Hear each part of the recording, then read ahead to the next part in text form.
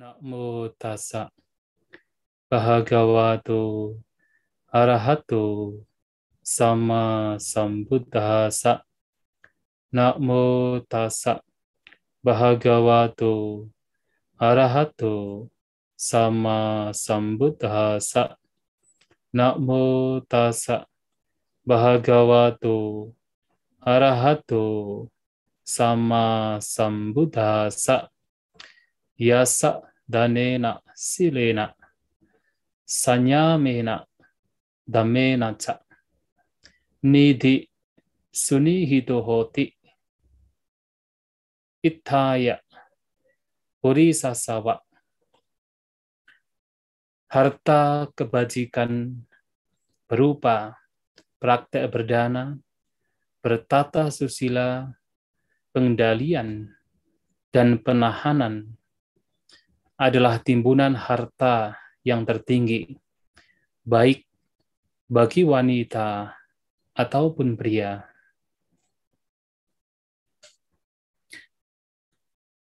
Kepada Ibu Sangga yang barangkali hadir dalam acara kesempatan siang hari ini melalui YouTube, kepada Bapak Ibu, saudara-saudari sekalian, khususnya juga kepada Ibu-Ibu Buddhist Fellowship, selamat siang semuanya. Terpujilah Sang Buddha, Namo Buddhaya.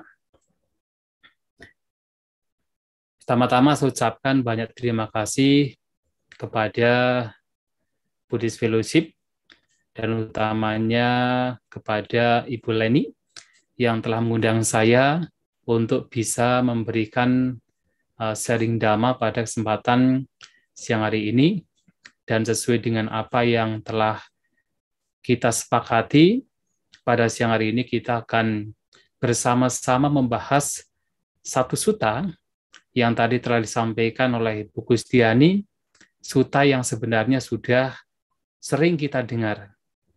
Dan bahkan dalam setiap yaitu Hari Katina atau perayaan Katina, kita umat Buddha biasanya juga membacakan. Sutta ini tidak lain adalah Nidhi Kanda Sutta, atau seringkali diterjemahkan sebagai khotbah tentang penimbunan harta sejati. Sutta yang terdapat di dalam Khuddaka Nikaya, terutama di dalam Khuddakapada. Ini adalah satu-satunya sutta yang ada di keseluruhan Tipitaka, yaitu Nidhi Kanda Sutta. Karena terkadang ada sutta-sutta yang terkadang tidak hanya ditemukan dalam satu teks dalam Tipitaka, tetapi di juga beberapa teks. Tetapi untuk Nidhi Kanda Sutta adalah satu-satunya sutta. Sutta ini hanya ditemukan di dalam yaitu Khuddakapada, dalam Khuddaka Nikaya. Yang menarik adalah bahwa dalam sutta ini kita itu diajarkan oleh Sang Buddha berkaitan dengan sesungguhnya apa yang disebut sebagai harta sejati. Yang mana ini sangat relevan terutama berkaitan dengan yaitu program yang tadi telah saya dengar dari Ibu Leni, program dari Buddhist Fellowship, yang mana di sana ternyata Buddhist Fellowship ini telah membantu kurang lebih 500 anak asuh dari PAUD sampai tingkat mahasiswa, bahkan sampai ke yaitu jenjang S3, dan itu luar biasa sekali. Yang ini sebenarnya adalah harta sejati yang juga dimaksudkan di dalam yaitu Nidhi Kanda Sutta. Nah, khotbah ini sebenarnya disampaikan oleh Sang Buddha di kota Sawati. Jadi walaupun di dalam khotbah ini tidak ada yaitu introduction, tidak ada pengantar atau nidana, tapi dalam kitab ulasan disampaikan bahwa khotbah ini ditemukan di dalam atau disampaikan oleh Sang Buddha di yaitu Sawati, terutama terhadap seorang yang pada waktu itu ada seorang yang kaya raya, seorang pedagang yang kaya raya yang dia memang mempunyai keyakinan terhadap yaitu Buddha, Dhamma, dan Sangha. Nah, suatu kali ketika pedagang ini yaitu sedang mendengarkan Dhammadesana dari Sang Buddha, kemudian ada petugas kerajaan datang kepada dia yang diminta oleh sang raja. Nah, raja ini mengundang yaitu pedagang ini untuk menemuinya. Tapi pedagang ini mengatakan bahwa ya tunggu sebentar karena saya sedang menimbun harta sejati, harta kekayaan. Yang dimaksud harta kekayaan di sini adalah yaitu harta kebajikan. Nah, itulah yang kemudian pada kesempatan tersebut kemudian Sang Buddha memberikan pujian kepada yaitu pedagang ini atau seorang yang kaya raya ini, yaitu dengan memberikan yaitu yang sekarang kita kenal sebagai Nidhi Kanda Sutta yang berisikan tentang manfaat dari menimbun harta sejati.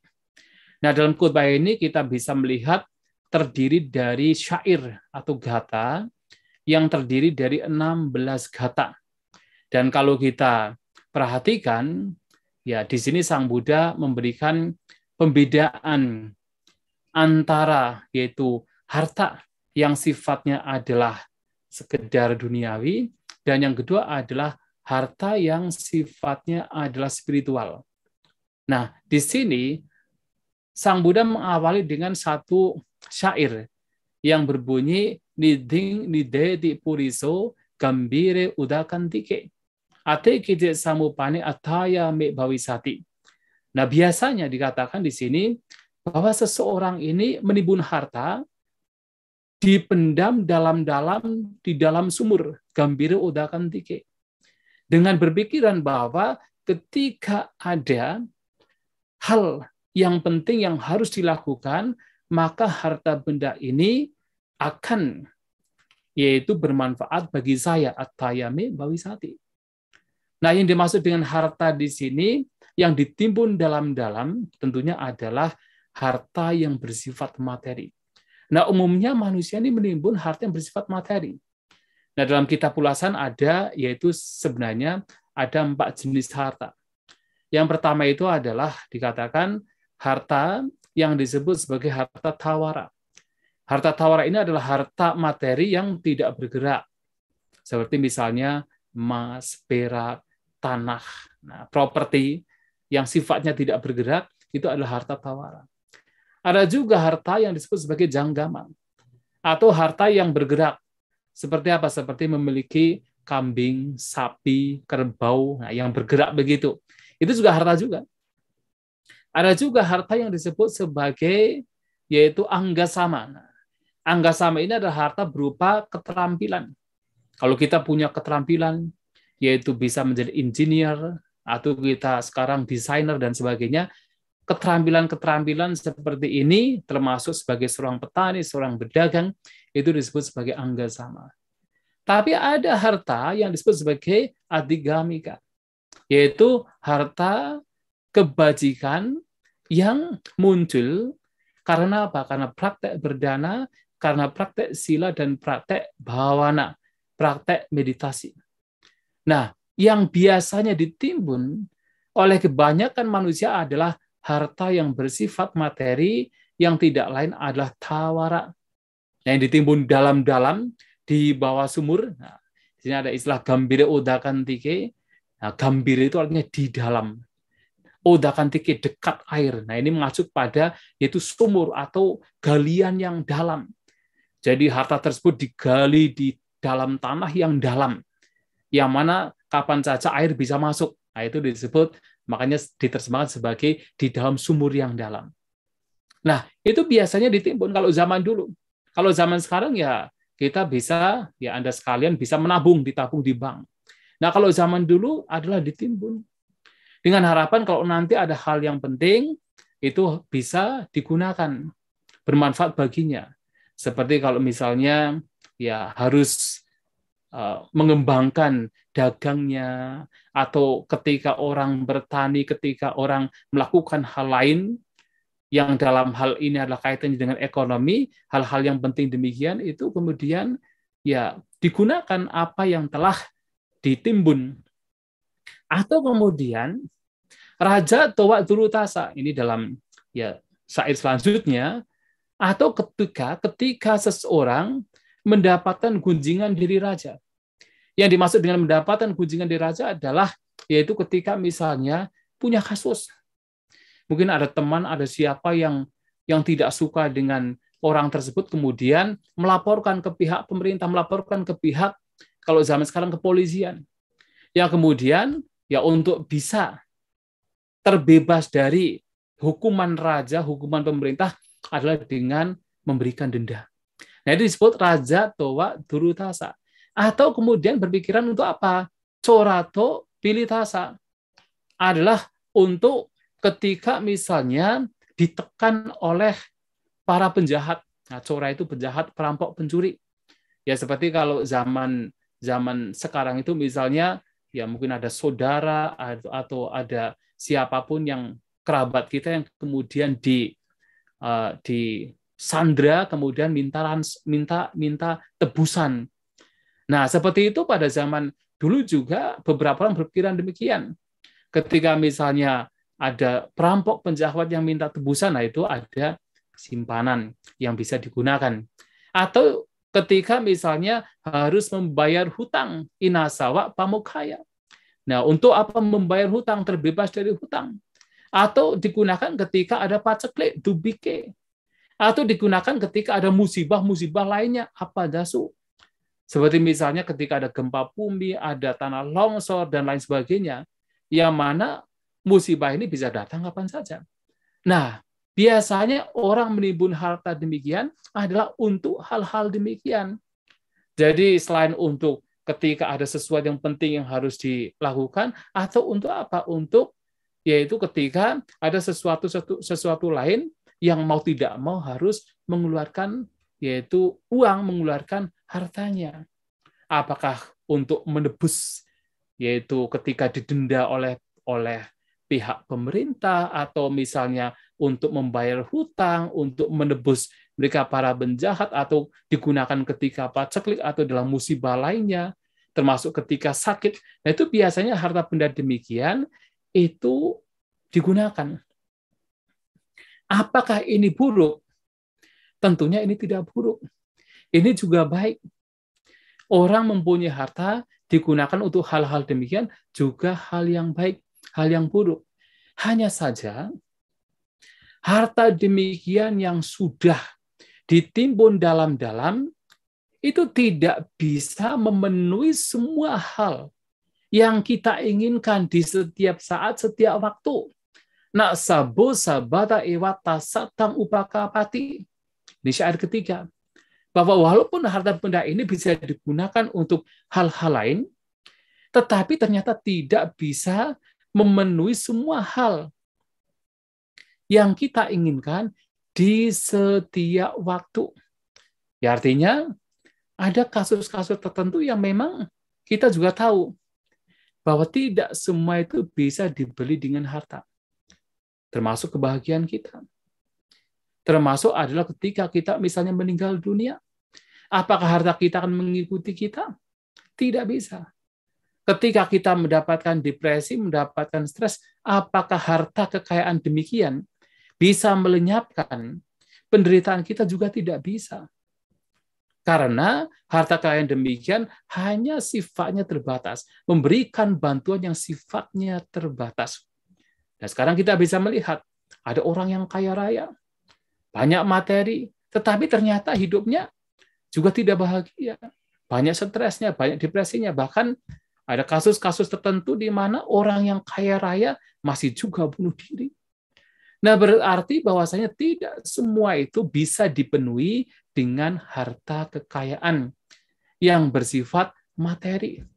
Maka itulah kemudian Samudra mengatakan nak sabo sabata ewa tasatang upakapati, bahwa harta kekayaan demikian yang sudah ditimbun dalam-dalam tidak bisa memenuhi keinginannya di setiap saat, setiap waktu.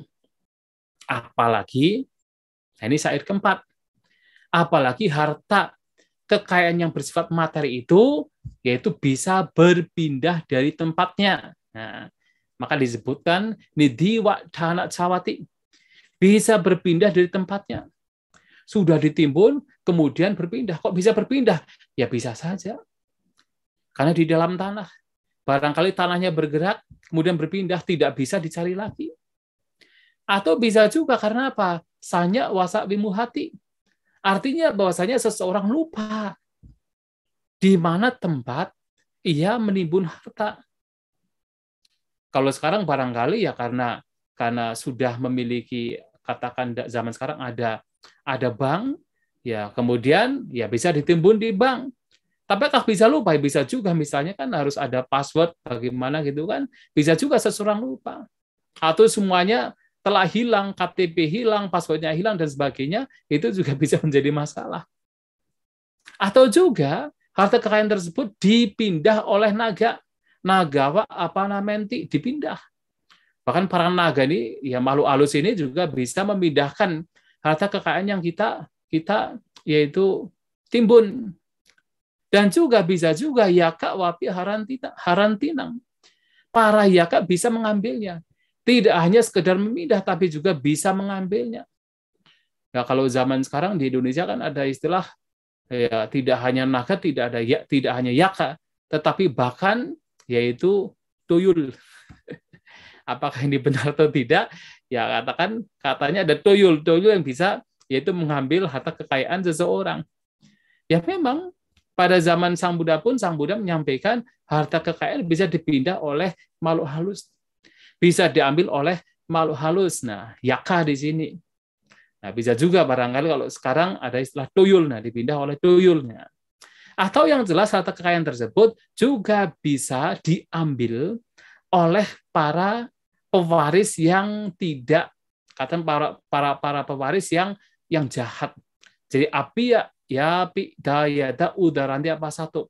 Jadi ketika kita lengah, ketika kita tidak melihat apa satu, nah mereka para ahli waris yang sebenarnya jahat, licik, ya apia, jadi tidak apia itu sebenarnya tidak dicintai. Nah, itu bisa mengambil apa harta kekayaan yang sudah ditimbun. Atau yang juga bisa terjadi adalah yata punya kayu hoti sabah metang winasati, dan ketika kebajikan orang tersebut hancur, punya kaya, maka semua itu, harta kekayaan tersebut semuanya itu juga bisa winasati, bisa binasa, bisa hancur, bisa lenyap. Nah, harus diingat bahwa harta kekayaan yang orang-orang miliki sekarang itu juga tidak lepas dari apa? Dari perbuatan yang dia telah lakukan di masa lampau. Dari kebajikan yang telah dia lakukan di masa lampau. Yang mana buah karmanya adalah dia mendapatkan, memiliki kekayaan. Nah, kalau kemudian seseorang ternyata tidak menggunakan kekayaan tersebut dengan baik, ya kemudian dia hanya, katakan, menyimpan saja, menikmati sendiri saja, dia tidak melakukan kebajikan dengan kekayaan tersebut, nah suatu saat kebajikan, buah kebajikan yang dia sudah ditimbun di masa lampau hancur, lenyap. Sehingga apa? Menyebabkan kekayaannya juga ikut lenyap.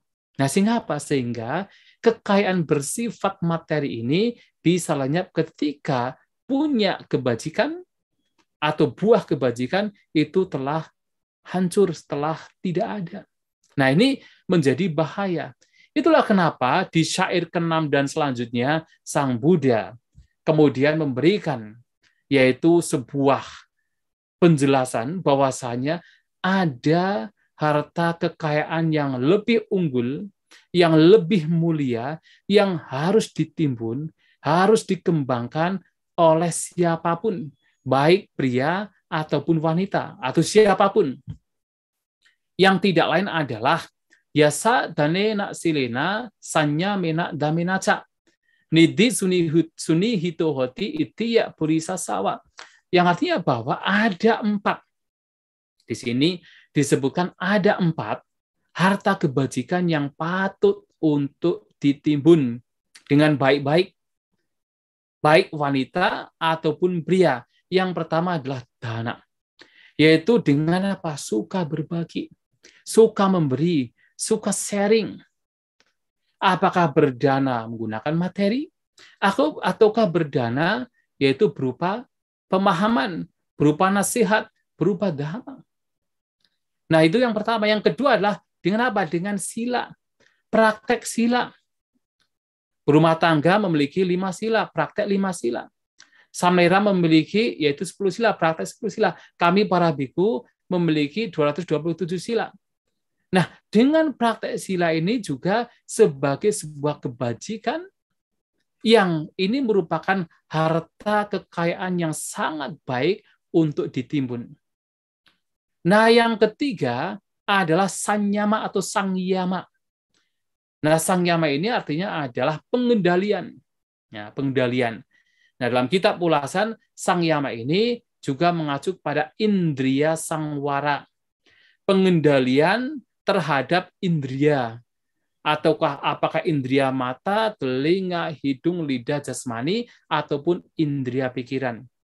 Artinya mengendalikan indrianya untuk senantiasa tenang seimbang di tengah-tengah fluktuasi objek. Di tengah-tengah fluktuasi perasaan. Biasanya kan kalau tidak ada pengendalian indria, ketika melihat objek yang menyenangkan, mendengarkan suara yang merdu, membaui bebauan yang enak dan seterusnya, muncullah keserakahan.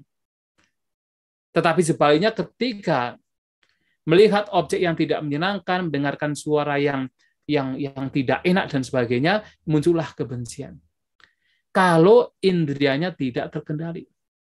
Tapi di sini sangyama di sini adalah kebajikan dengan apa? Mengendalikan indria kita. Di tengah-tengah perubahan objek dan juga perubahan perasaan, seseorang batinnya terkendali. Tidak memunculkan keserakahan, tidak memunculkan kebencian. Nah, itu juga disebut sebagai yaitu kitab ulasan, para komentator disebut sebagai yaitu samadhi.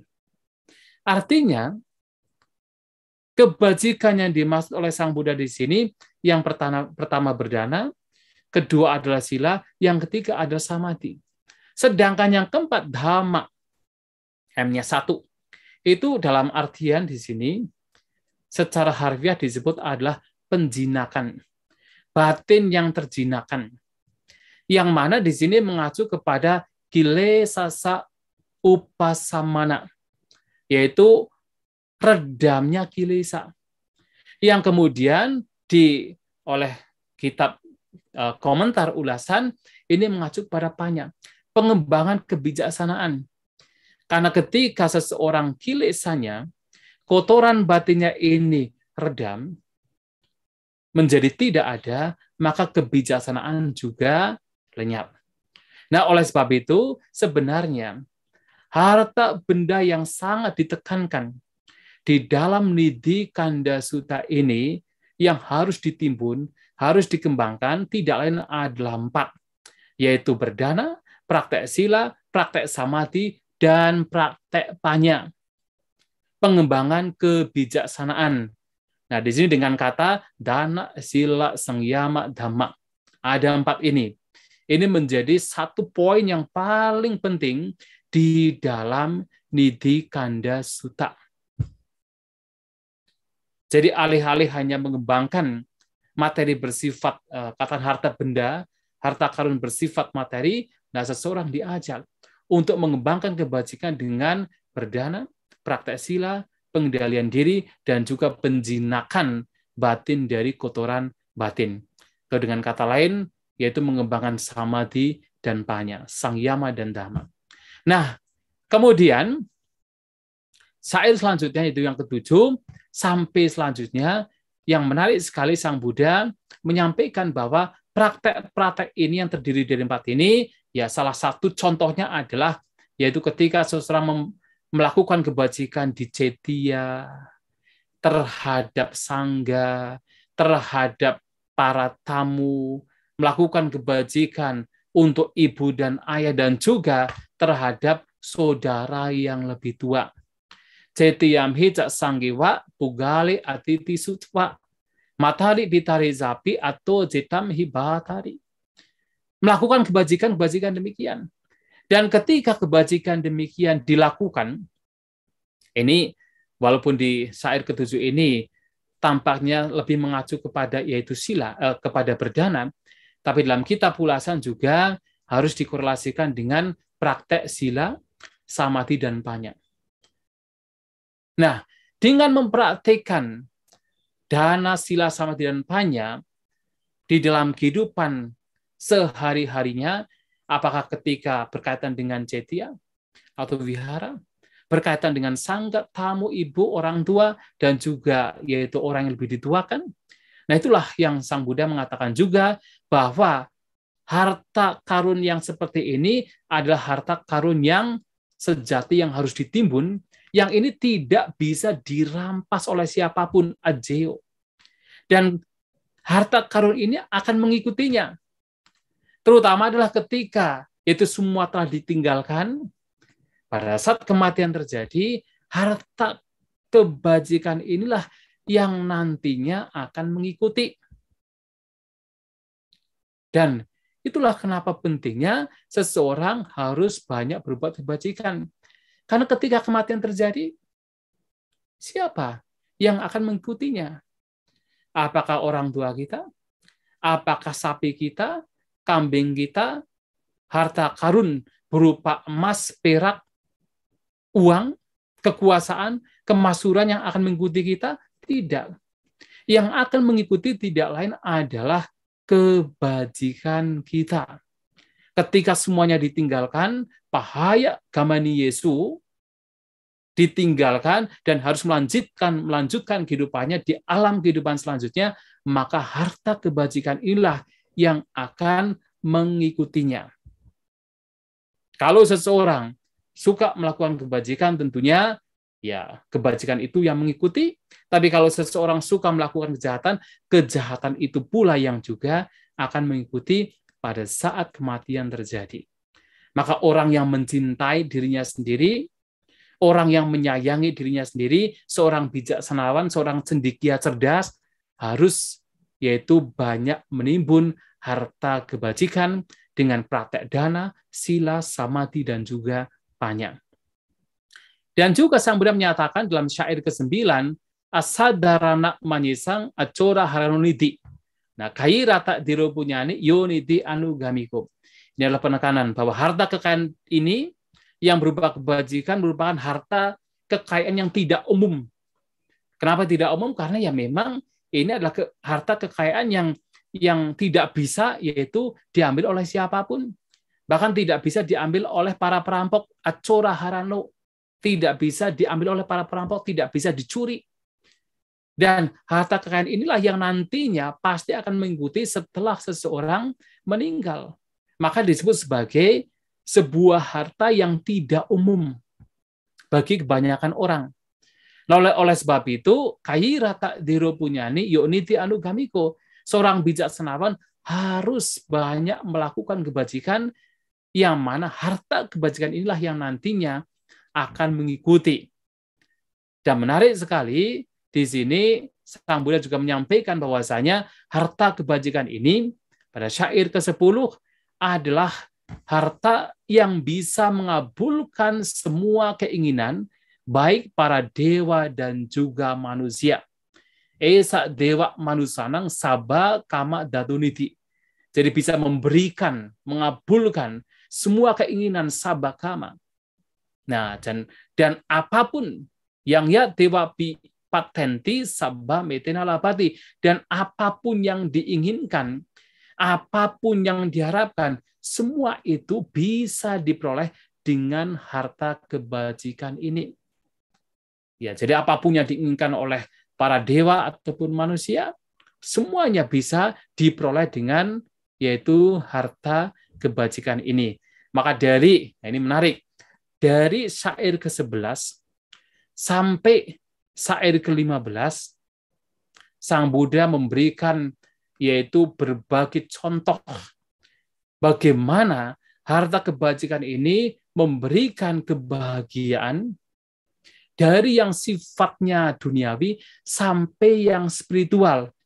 Dari yaitu sifatnya duniawi yang tidak lain adalah suwanata, yang artinya adalah paras yang cantik sampai pencapaian kebudayaan Buddha booming. Itu adalah diperoleh dengan apa? Harta kebajikan ini. Dengan praktek dana, praktek sila, praktek sangyama atau samadhi, dan juga praktek dhamma atau praktek atau pengembangan kebijaksanaan. Dana, sila, samadhi, dan juga banyak. Diperoleh semuanya itu dari apa? Dari 4 hal ini. Ya, yang pertama adalah Suwanata, syair ke-11. Adalah paras yang cantik.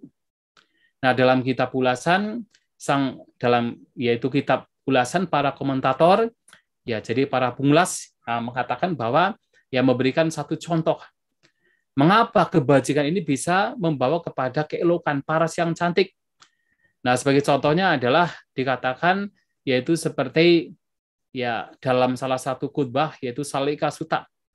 Nah, dikatakan di sana bahwasanya dari apapun kebajikan, dari apapun harapan dari seseorang akan dapat tercapai itu kalau seseorang yaitu melakukan berbagai macam kebajikan yang tidak lain adalah dasa kusala kamapata.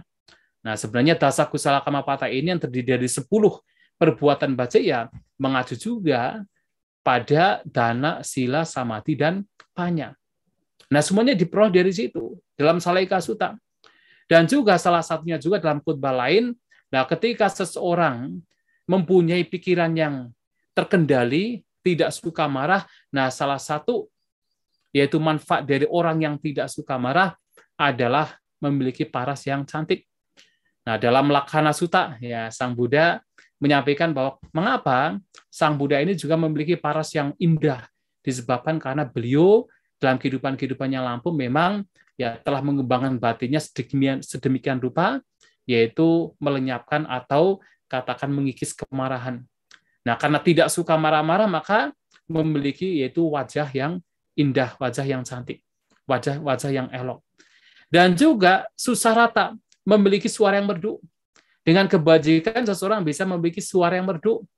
Nah, dikatakan dalam kitab ulasan juga mengacu pada yaitu Lakhana Sutta. Ini contohnya adalah Sang Buddha.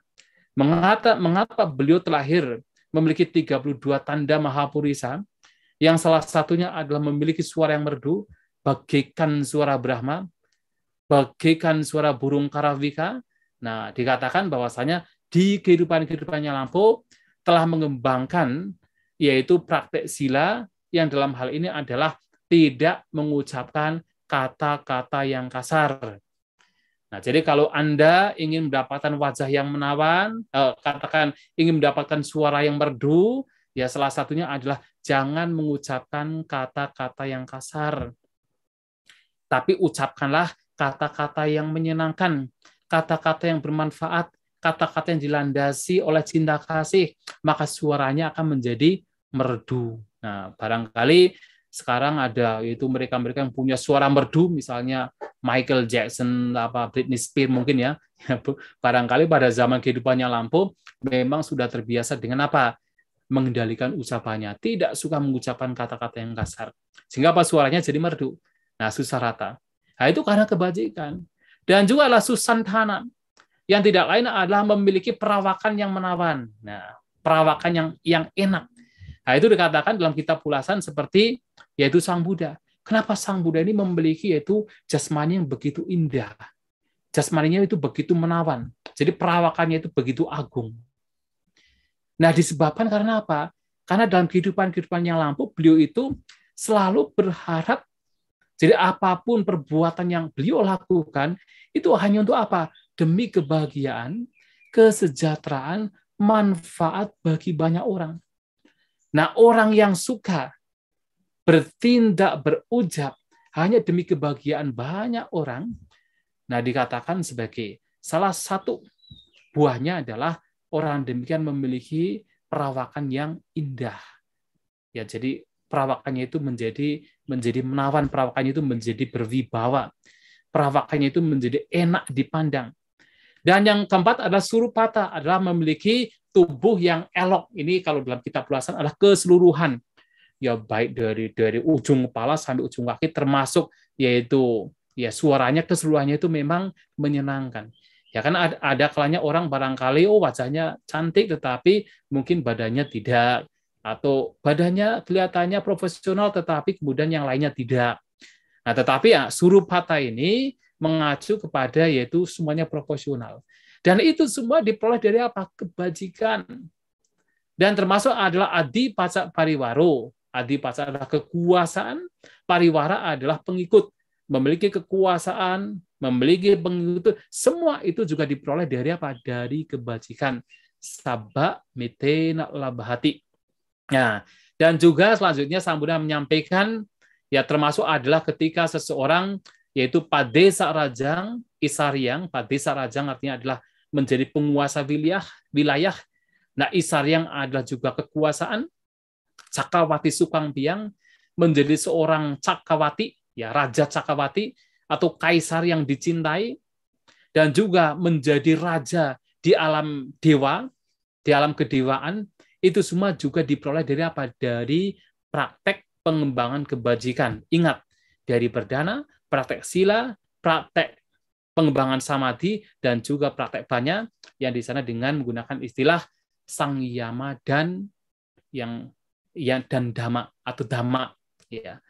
Itu diperoleh dari 4 hal ini. Dan juga syair ke-13 juga disampaikan manusika ca sampati dewaloge ca yarati ya ca nibana sampati sabba metena labati. Jadi pencapaian kebahagiaan kesuksesan sebagai manusia, nah, dan juga kebahagiaan di alam dewa, dewa loke ca yarati, termasuk adalah pencapaian nibbana. Nah, semua itu diperoleh dari kebajikan. Nah, biasanya kan kalau sebagai seorang Buddhis, ini kan yang menjadi harapan. Harapannya adalah bagaimana kalaupun seandainya masih harus berada di tumimba lahir sebagai manusia yang mendapatkan kebahagiaan, mendapatkan kesuksesan, mendapatkan kebahagiaan, dan juga kalau tidak terlahir sebagai manusia, ya terlahir sebagai dewa, mendapatkan kegembiraan, kebahagiaan di alam dewa. Dan kemudian setelah mengembara di alam kebahagiaan, baik alam manusia ataupun alam dewa, harapannya adalah mencapai pencapaian nibbana. Nah, ternyata 3 hal ini oleh Sang Buddha dikatakan dicapai dengan apa? Menimbun harta kebajikan. Perdana, praktek sila, samadhi, dan juga banyak. Dan selanjutnya, Sang Buddha juga menyampaikan dalam syair ke-14, mita sampadama agama yoni sowa payun jato wija vimuti wasi bawo sabha mete nalabati. Jadi di sini artinya adalah bahwa ketika seseorang mempraktikkan kehidupan yang luhur, ya jadi mita sampadama agama, yang kalau secara harfiah itu bisa diterjemahkan sebagai ketika datang, seseorang datang memiliki, yaitu mita kalyana mita di sini, mengacu pada kalyana mita, yaitu teman yang baik. Terutama ketika seseorang mempraktikkan kehidupan yang luhur, memiliki teman yang baik. Ini juga diperoleh dari apa? Dengan kita menimbun harta kebajikan. Nah, teman yang baik ini sangat penting. Sangat-sangat penting. Sang Buddha pernah menyampaikan, pernah memberikan penegasan kepada siswa beliau, yaitu Bante Ananda. Ketika Bante Ananda mengatakan, Bante, kepada Sang Buddha, Bante, saya melihat bahwa separuh kehidupan yang luhur itu disebabkan karena teman yang baik, karena kalyana mita. Sang Buddha mengatakan, jangan mengatakan demikian. Kehidupan yang luhur ini tidak hanya separuh, tidak hanya setengahnya disebabkan dari teman yang baik atau kalyana mita, tetapi seluruh kehidupan yang luhur itu muncul terjadi karena apa? Teman yang baik. Yang mana Sang Buddha sendiri menyatakan bahwa dirinya juga adalah kalyana mita, teman yang baik. Karena hanya dengan seseorang memiliki teman yang baik, maka akan ada muncul, yaitu pembabaran dhamma, yang kemudian muncul motivasi, muncul yaitu ketergugahan batin untuk mempraktikkan dhamma tersebut. Nah, sehingga di sini memiliki teman yang baik itu juga disebabkan karena timbunan kebajikan.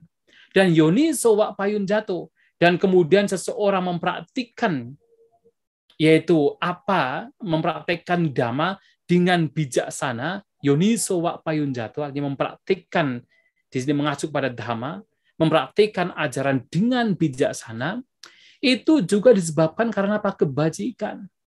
Dengan adanya kebajikan, kita punya teman yang baik. Nah, dalam kitab Ulasan dijelaskan, dengan orang punya kebajikan, maka sebagai dampaknya memiliki teman yang baik. Karena ada teman yang baik, maka dia termotivasi untuk mempraktikkan dhamma dengan bijaksana, dengan tangkas, dengan serius. Nah, sehingga dengan praktek dhamma demikian, maka juga seseorang mendapatkan apa? Vija vimuti. Jadi vija vimuti wasi baso. Seseorang menjadi mahir wasi bawa. Menjadi mahir, menjadi expert di dalam apa? Vija dan vimuti. Vija atau pengetahuan tidak lain adalah tewija. Tewija artinya adalah 3 pengetahuan yang tinggi, yaitu memiliki kemampuan untuk mengingat kehidupan-kehidupan yang lampau. Pube niwa sanu satinyana. Tidak hanya 1, 2, 3 kehidupan, puluhan, ratusan ribu, bahkan sampai berkalpa-kalpa kehidupan. Bahkan sampai bumi ini hancur lenyap, itu bisa diingat. Di mana dia dalam kehidupan yang lampau dilahirkan. Yang kedua, wija ini mengacu kepada yaitu dibacaku, mata dewa. Yang mana dengan kekuatan mata dewa, seseorang akan mampu melihat, oh ternyata berbagai kelahiran yang telah dialami ini, ada terkadang lahir di alam yang katakan bahagia, terkadang di alam menderita, itu semua disebabkan karena apa? Karena perbuatan masing-masing. Dia melihat, karena karma itulah, maka seseorang terlahir di alam yang rendah. Karena karma itulah, seseorang terlahir di alam yang baik. Dengan perbuatan atau karma yang buruk, seseorang terlahir di alam, yaitu alam rendah. Sementara dengan perbuatan yang baik, dengan kebajikan, pengembangan kebajikan, seseorang terlahir di alam yang baik, alam beruntung. Dan itu dilihat ketika orang memiliki dibacaku. Nah, yang ketiga, wija ini mengacu pada asawa kayanyana. Pengetahuan hancurnya asawa, hancurnya segala bentuk kotoran batin. Nah, wija ini yang juga mengacu kepada pembebasan, pencapaian arahanta, ini diperoleh dari apa? Dari menimbun kebajikan. Dari praktek berdana, sila, samadhi, dan banyak. Atau dengan kata lain, berdana, sila, sangyama atau sanyama, dan juga dhamma.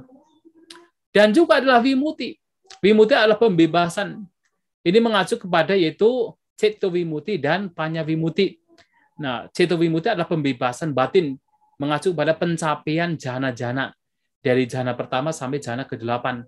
Newa sanyana sanyayatana, itu juga muncul dari yaitu kebajikan. Itulah kenapa di dalam Saleka Sutta yang tadi saya sampaikan, di sana Sang Buddha menyampaikan bahwa yaitu pencapaian kebahagiaan duniawi, kemudian kelahiran-kelahiran di alam mendatang, sampai seseorang itu terlahir di alam newa sanyana sanyayatana, yang itu muncul karena pencapaian jana, yaitu newa nasanya yatana itu sendiri, itu disebabkan karena apa? Karena kebajikan yang dipraktikkan, kebajikan yang ditimbun, yang dikembangkan.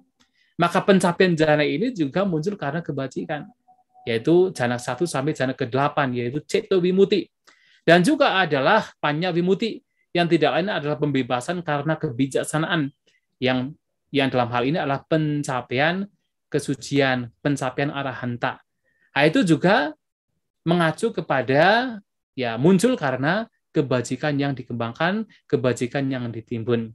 Nah, kemudian di syair ke-15, nah ini menjadi katakan puncak dari apa yang disampaikan oleh Sang Buddha, bahwasanya pati sambida vimogaca ya cak sawaka parami paceka bodhi Buddha bumi sabha mete nalabati. Termasuk ketika seseorang mencapai kesucian arahanta dengan disertai padisambhida, yaitu kemampuan untuk menganalisa. Jadi kalau kita mempelajari yaitu ajaran Buddha, di sana ada empat padisambhida, yaitu Atta Padisambhida, Dhamma Padisambhida, Niruti Padisambhida, dan juga Patibhana Padisambhida. Artinya adalah seseorang mengetahui, mempunyai keterampilan untuk menganalisa apapun fenomena yang muncul yang sudah ada, Atta Padisambhida. Dan kemudian dia juga punya kemampuan untuk menganalisa sebab-sebab mengapa fenomena ini muncul. Termasuk dalam hal 4 kebenaran Arya misalnya, sebab mengapa penderitaan muncul. Ini disebut Dhamma Padisambhida. Dan seseorang bisa membahasakan, bisa mengekspresikan, bisa berbicara, bisa menggunakan kata-kata, memberikan penjelasan kepada yang lain. Tentang apa? Tentang fenomena-fenomena dan juga sebab-sebabnya. Itu disebut sebagai Niruti Padisambhida. Dan seseorang punya pengetahuan terhadap semua itu. Itu disebut Patibhana Padisambhida. Nah, kemampuan demikian diperoleh dengan apa? Dengan cara menimbun harta kebajikan. Berdana, praktek sila, pengembangan samadhi, pengembangan konsentrasi, dan juga pengembangan kebijaksanaan. Dan juga pencapaian vimokkha. Vimokkha adalah pembebasan. Ini juga mengacu kepada pencapaian jhana. Ada namanya Adha Vimokkha. Nah, bisa dilihat di dalam salah satu khutbah, yaitu terdapat di dalam Mahaparinibbana Sutta. Nah, di sana ada 8 vimokkha yang mengacu pada itu pencapaian jhana, yang di sana ada indikasi pencapaian jhana melalui kasina. Dan juga yaitu pengembangan, yaitu pencapaian dari apa yang dikembangkan oleh yaitu sawaka, kebajikan-kebajikan dari para sawaka. Ya, itu juga diperoleh dari apa? Dari penimbunan harta kebajikan. Pencapaian Paceka Bodhi, yang tidak lain adalah Paceka Buddha, itu juga dari penimbunan kebajikan. Termasuk, ini adalah yang puncak sekali, termasuk Buddha bumi, pencapaian kebudayaan. Itu juga diperoleh dari menimbun kebajikan, dari praktek berdana, praktek sila, praktek konsentrasi samadhi, dan juga praktek pengembangan kebijaksanaan atau panya. Nah, itulah 15 syair yang telah disampaikan oleh Sang Buddha, yang kemudian yang ke-16 Sang Buddha memberikan satu kesimpulan penegasan bagi kita semua. Beliau mengatakan, Ewang Mahatika Esa, ya didang punya sambada. Dan demikianlah betapa besar manfaat dari kebajikan. Tasma, oleh karena itu, dira pasang santi pandita kata punyatan. Artinya bahwasanya oleh karena itu, maka seorang bijaksana, seorang cendekia yang bijaksana, dira pandita, memuji pasang santi mereka yang melakukan kebajikan, kata punyatang. Jadi, Sang Buddha di sini Dira Pandita yang mengacu pada Sang Buddha, para bijaksanawan lainnya seperti para arahanta yang mereka melihat dengan kekuatan mereka, dengan kebijaksanaan mereka, betapa kebajikan ini memberikan manfaat yang besar, yang luar biasa. Nah, sehingga mereka sangat memuji siapapun yang melakukan kebajikan. Karena sekali lagi, kebajikan inilah yang membawa segala kebahagiaan, baik duniawi maupun spiritual. Yang diawali dari paras yang cantik, sampai pada pencapaian kebudayaan Buddha Puming, semua itu diperoleh dengan menimbun harta kebajikan.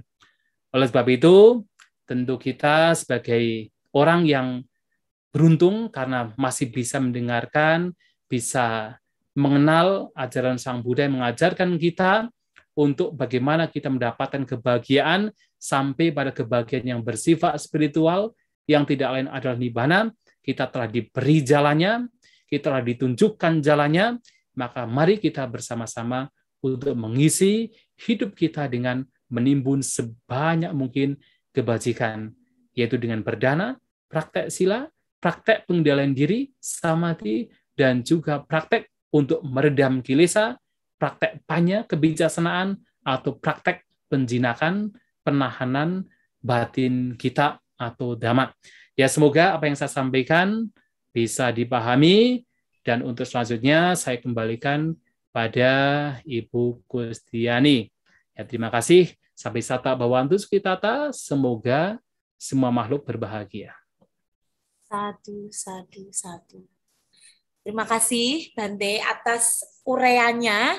Ini seperti kayak benar-benar mata kuliah Sutta Pitaka ini Bante. Jadi satu sutta dikupas mulai dari background-nya, terus per paragraf seperti itu. Jujur Bante, saya juga baru ingat lagi kalau ini ada 16 paragraf, 16 bait gitu. Biasanya kemarin juga baru saja Katina mengikuti di beberapa wihara juga asal mengikuti saja.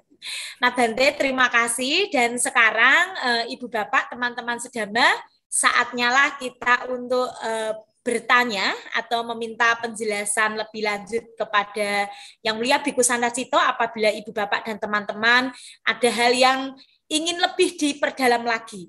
Karena hari ini kita mendengar banyak hal-hal yang itu baru bagi kita.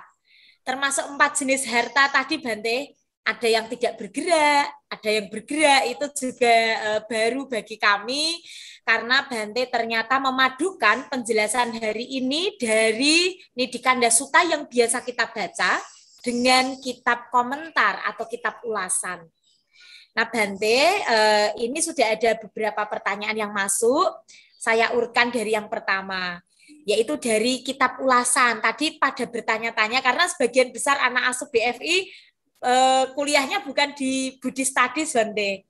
Nah ini apa yang dimaksud dengan kitab ulasan itu sih apa seperti itu? Terus apakah di sana ada penjelasan yang mendetail tentang poin-poin sehingga Bante bisa mengupasnya secara mendalam? Mohon Bante diterangkan. Ya. Jadi kalau kita ingin belajar ajaran Buddha dengan lebih secara yaitu pariyati atau secara teori, lebih detail, lebih mendalam, memang yang menjadi acuan pertama tidak lain adalah Tipitaka. Ya, Tipitaka Pali. Itu acuan pertama. Nah, itu adalah sumber utamanya. Tetapi selain Tipitaka kemudian adalah yaitu Atthakatha. Nah, Atthakatha itulah yang sebenarnya adalah kitab ulasan. Atthakatha artinya adalah penjelasan. Nah, kitab ulasan ini disusun oleh para siswa Sang Buddha.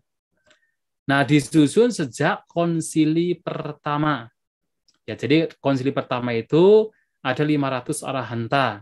Mereka sudah mulai menyusun kitab ulasan. Ya, mereka masih menggunakan yaitu tradisi oral atau tradisi yaitu katakan dengan mengulang. Jadi belum tertulis, bahkan Tipitaka pada waktu itu juga belum tertulis pada konsili pertama. Tapi mereka sudah mulai menyusun. Nah, tetapi kitab ulasan ini juga berkembang seiring dengan waktu. Bahkan ketika kitab ulasan ini kemudian dibawa oleh Bante Mahinda ke Sri Lanka, kemudian berkembang di Sri Lanka. Makanya dalam kitab ulasan juga banyak menerangkan peristiwa-peristiwa yang terjadi di Sri Lanka. Terutama adalah untuk memberikan penjelasan lebih lanjut, yaitu Tipitaka atau poin-poin dalam Tipitaka yang belum jelas. Dengan apa? Dengan melampirkan atau dengan menuliskan pula kejadian-kejadian yang ada di Sri Lanka. Seperti para biku yang ada di Sri Lanka. Nah, sehingga kitab ulasan ini bermula dari konsili pertama, kemudian berkembang di Sri Lanka. Dan tentunya kita harus mempelajari karena kitab ulasan ini disusun oleh mereka para tera, para biku kuno, yang dekat sekali dengan Sang Buddha, yang mereka masih menggunakan bahasa yang mereka gunakan di dalam Tipitaka. Nah, kitab ulasan ini disusun dengan tujuan untuk memberikan penjelasan lebih lanjut poin-poin dhamma yang terdapat di dalam Tipitaka yang belum jelas. Nah, jadi seperti tadi, misalnya kan tadi saya menyampaikan, kan dalam syair pertama kan ada niding nidete puriso, bahwa seseorang menimbun apa? Harta karun. Nah, kemudian dijelaskan dalam kitab ulasan, yang dimaksud dengan harta karun di sini adalah yang mana? Karena harta karun ini yaitu terdiri dari 4. Jadi dijelaskan, yang pertama adalah tawara, harta karun yang bersifat yaitu yang tidak bergerak, materi dan tidak bergerak, seperti tanah, kemudian emas, perak, uang itu yang tidak bergerak. Kemudian ada juga yaitu harta karun yang sifatnya adalah bergerak, janggama, yaitu apa? Seperti kambing, sapi, kerbau, ayam, babi. Itu juga harta karun juga itu. Nah, kemudian ada juga harta karun yang bersifat yaitu keterampilan, sifat keterampilan. Disebut anggasama. Ya, seperti kalau kita punya keterampilan bertani, berdagang, jadi engineer, desainer. Nah, itu adalah itu keterampilan, itu juga harta juga. Harta juga, itu juga harta karun juga. Nah, kemudian yang terakhir adalah adigamika, anugamika maksudnya. Nah, anugamika di sini adalah harta karun yang bersifat kebajikan. Karena apa? Sifatnya adalah nanti mengikuti. Anugamika itu artinya mengikuti. Ya, mengikuti orang yang melakukan sampai kapanpun. Tidak hanya sekarang, dalam kehidupan mendatang juga mengikuti. Nah, harta kebajikan yang berupa berdana, praktek sila, dan juga bawana. Jadi ada istilah dalam kitab Ulasan, yaitu dana maya, sila maya, dan bawana maya. Jadi punya kebajikan yang terbuat dari berdana, dari sila, dan dari bawana, pengembangan batin, itu disebut sebagai anugamika. Nah, tentu yang dimaksud di sini, seseorang itu menimbun harta karun di sini, tentunya mengacu, dijelaskan dalam kitab Ulasan, ini mengacu pada harta karun yang sifatnya adalah tawara. Itu yang dimaksud. Karena kalau tidak dijelaskan dalam kitab Ulasan, ya orang kan bisa mengatakan ini yang ditimbun harta kekayaan apa gitu kan? Kan harta kekayaan banyak. Jangan-jangan orang menimbun babi, ya matilah. Menimbun ayam, ya matilah. Maka kemudian dijelaskan di dalam kitab Ulasan untuk lebih jelas bahwa ini adalah harta kekayaan yang sifatnya adalah materi yang tidak bergerak. Yaitu yang tadi emas, perak, itu yang kemudian ditimbun dalam-dalam. Nah, atau kemudian tadi kan saya menyampaikan, yaitu tentang bahwa dalam syair selanjutnya, yaitu syair ke-6, nah Sang Buddha menyatakan bahwa ada harta kebajikan yang baik untuk ditimbun, yang tidak lain adalah 4, yaitu berdana, sila, sangyama atau sanyama. Jadi dalam kitab yaitu Catat Sangyana menggunakan istilah sangyama, tapi dalam BTS itu sanyama, sama saja sih artinya. Dan juga yaitu dhamma. Ada 4 ini. Nah, kalau berdana itu jelas mudah dimengerti. Kalau sila juga mudah dimengerti.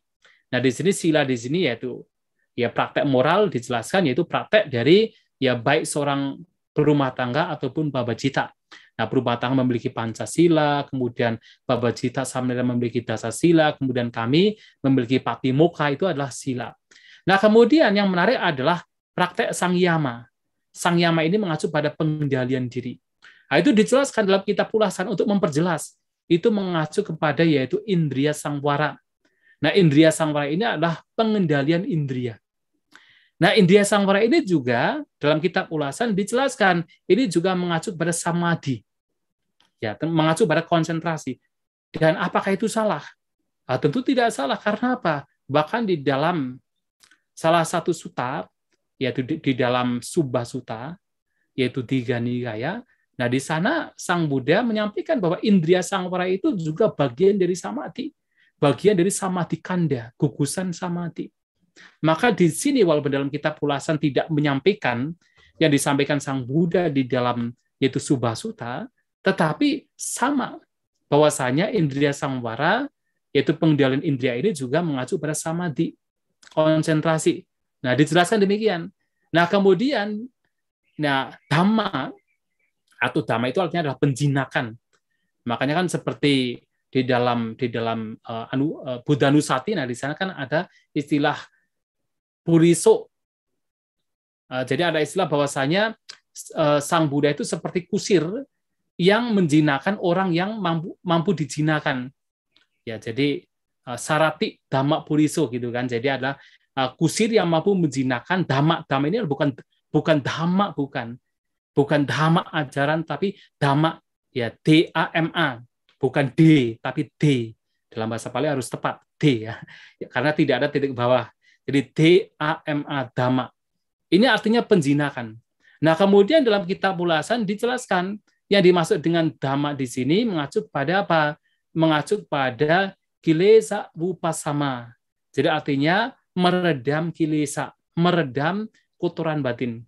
Nah, meredam kotoran batin ini juga mengacu pada panya kebijaksanaan. Karena tentunya ketika batin diredam, kebijaksanaan juga akan muncul. Nah, dalam kitab ulasan juga disampaikan memberikan satu penjelasan atau satu bukti bahwa bagaimana dhamma di sini, penjinakan di sini juga membawa kepada kebijaksanaan. Maka ada satu kalimat yang disampaikan oleh Sang Buddha dalam khutbah lain, di sana mengatakan bahwasanya susute labati panya. Nah, susute ini mengacu kepada obedience atau katakan seseorang yang patuh. Orang yang patuh adalah orang yang jinak. Nah, seseorang yang patuh ini akan memperoleh kebijaksanaan. Maka di sini dhamma di sini mengacu kepada kebijaksanaan.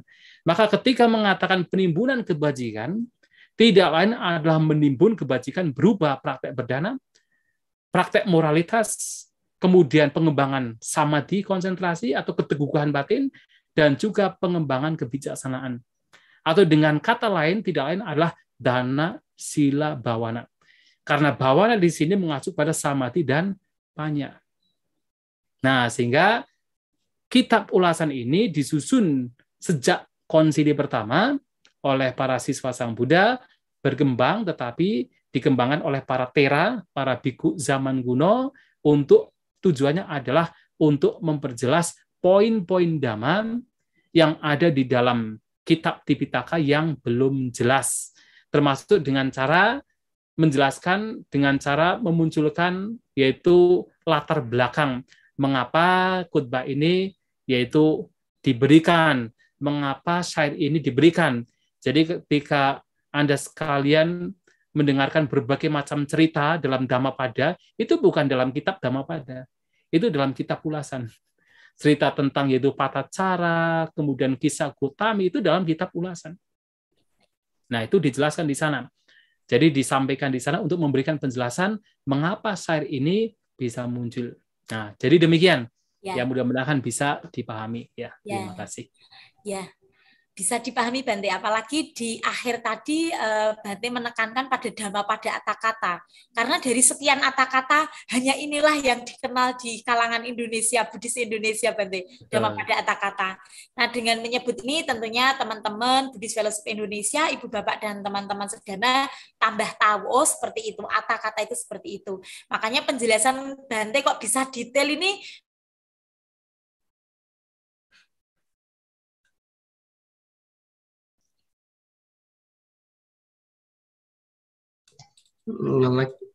Sileni, mungkin. Ya, Bapak Ibu dan teman-teman semuanya, mohon maaf sebelumnya, ini ada kendala sebentar ya. Oke, lanjut. Halo. Ya, lanjut. Oke, lanjut Mbak Kus. Ya, oke. Bante, ini di YouTube ada 3 pertanyaan, tapi saya masih ada 1 pertanyaan yang lewat WA. Jadi 1 pertanyaan yang lewat WA saya habiskan dulu ya Bante ya. Baik, silakan. Itu Bante, karena banyak umat kita itu kan levelnya mungkin masih basic seperti itu pemahaman dhammanya. Mohon Bante jelaskan di mana, bagaimana proses kerja karma itu Bante, karena kita menimbun terus nanti berbuah. Nah, mohon Bante berikan analogi sederhana biar bisa dipahami oleh umat yang masih basic pemahamannya. Terima kasih. Ya, baik. Sebenarnya kalau bicara tentang prosesnya, jadi kita bisa tentang prosesnya ya, proses karma itu sebenarnya ya itu acinteya sebenarnya. Tidak bisa dipikirkan. Ya, proses karma itu tidak bisa dipikirkan. Karena masalahnya adalah banyak faktor yang memunculkan sebuah fenomena. Jadi dalam satu pengalaman atau satu fenomena yang sekarang kita alami itu muncul dari berbagai macam faktor. Ya, jadi ketika orang melakukan perbuatan, kemudian buahnya di mana gitu kan? bagaimana buahnya bisa muncul? Maka analogi yang bisa kita berikan adalah ketika Anda menanam pohon mangga, bibit pohon mangga, nah menanam itu kan perbuatan kan? Itu perbuatan. Yang mana perbuatan tersebut itu pasti nanti akan memberikan buah. Lantas buahnya itu disimpan di mana? Nah, buahnya ini hanya akan muncul ketika semua kondisi itu sudah matang. Ya, kondisinya apa? Ya, pertama pohonnya sudah tumbuh besar, daunnya sudah lebat, kemudian ada sinar matahari yang cukup, kemudian musimnya memang lagi tepat. Ketika semua kondisi ini yaitu muncul, maka baru buahnya akan muncul. Itu pun juga tidak langsung muncul, yaitu berbunga dulu. Setelah berbunga baru bisa pentil, gitu kan? Besar sedikit, kemudian baru matang. Nah, itu muncul atau terjadi karena berbagai macam faktor yang sudah matang. Nah, tidak disimpan di mana-mana. Ketika itu sudah matang, ya itu muncul. Nah, demikian pula ketika kita melakukan perbuatan, apapun perbuatan yang kita lakukan, ya tidak disimpan di mana-mana. Tetapi adalah itu akan muncul, buah dari perbuatan kita akan muncul ketika kondisi-kondisi lainnya itu terjadi. Nah, kita misalnya pernah melakukan kebajikan di kehidupan yang lampau. Ya. Sekarang belum muncul, tapi kemudian ada kondisi-kondisi lain yang juga nanti akan memunculkan. Karena kita telah berbuat kebajikan di masa lampau, nah sekarang kita melakukan kebajikan lagi. Kita melakukan kebajikan lagi, kemudian juga kita punya teman-teman yang baik, kondisi negara juga lagi aman, tentram. Nah, kemudian dari kondisi-kondisi itu semuanya sudah menjadi matang, maka buah karma perbuatan yang lampau itu kemudian muncul sekarang. Nah, sebelumnya ditimbun di mana? Ya disimpan di mana? Ya tidak disimpan di mana-mana. Tetapi ketika kondisi-kondisi lainnya itu sudah matang, menjadi satu, maka memunculkan yaitu buah karma dari perbuatan yang lampau, yang juga tentunya ditunjang dengan perbuatan sekarang. Atau misalnya menanam bibit mangga, itu perbuatan awal. Nah, buahnya muncul ketika ditunjang oleh perbuatan-perbuatan lainnya, yang tidak lain adalah iklimnya ada, kemudian panasnya ada, pohonnya juga sudah tumbuh besar, daunnya juga sudah cukup untuk bisa memberikan nutrisi. Nah, itu kemudian menjadi satu. Nah, kita melakukan perbuatan yang awal, kemudian ditunjang dengan perbuatan-perbuatan lainnya. Nah, jadi itu yang nantinya ketika semuanya matang, baru kemudian akan muncul. Nah, barangkali dengan analogi, yaitu menanam bibit mangga sampai itu berbuah, bisa menjadi satu jawaban. Ya. Ya, Bante. Begitu ya. Sangat menjawab, Bante. Supaya ini bagi yang umat Buddha yang masih basic biar tidak ngawang-ngawang gitu, karena mungkin terbiasa mendengar bahwa suatu perbuatan itu kan ada yang mencatat, bahwa di kita kan tidak ada yang mencatat, berarti dia dicatat sendirinya oleh karma wipaka seperti itu. Ya, baik Bante, sekarang kita beralih ke pertanyaan yang masuk lewat YouTube. Yang pertama adalah dari Mbak Sukita Dewi, karena Mbak Sukita Dewi juga anak asuh Buddhist Fellowship Indonesia, Bante. Yeah. Dia bertanya ini tentang kondisi nyata di lapangan, Bante. Mohon izin bertanya. Bante, bolehkah jika kami sebagai perumah tangga itu mengembangkan harta materi dengan cara membungakan uang dalam praktek simpan pinjam? Walaupun peruntukannya kadang sebagian keuntungannya juga untuk dana kewihara. Mohon arahan dari Bante. Silakan, Bante. Ya tentu tidak masalah. Selama itu masih reasonable, itu enggak masalah. Bahkan kalau kita perhatikan seperti misalnya Anatta Pindika. Nah, jadi pada zaman Sambuddha itu ada pedagang yang sangat populer, terkenal di kalangan umat Buddha, yaitu Anatta Pindika. Anatta Pindika ini dikenal sebagai seorang banker kalau zaman sekarang. Banker. Jadi orang yang punya bank, yang juga simpan pinjam itu. Jadi bisa meminjamkan ke orang, kemudian juga mendapatkan untung dari bunganya. Ya selama itu masih reasonable, artinya masih dalam batasan yang memang masuk akal, tidak membuat orang yang meminjam itu menderita, tetapi mendapatkan keuntungan juga. Tetapi tentu ketika untung juga yaitu bisa mengembalikan dengan mudah, nah itu tidak masalah.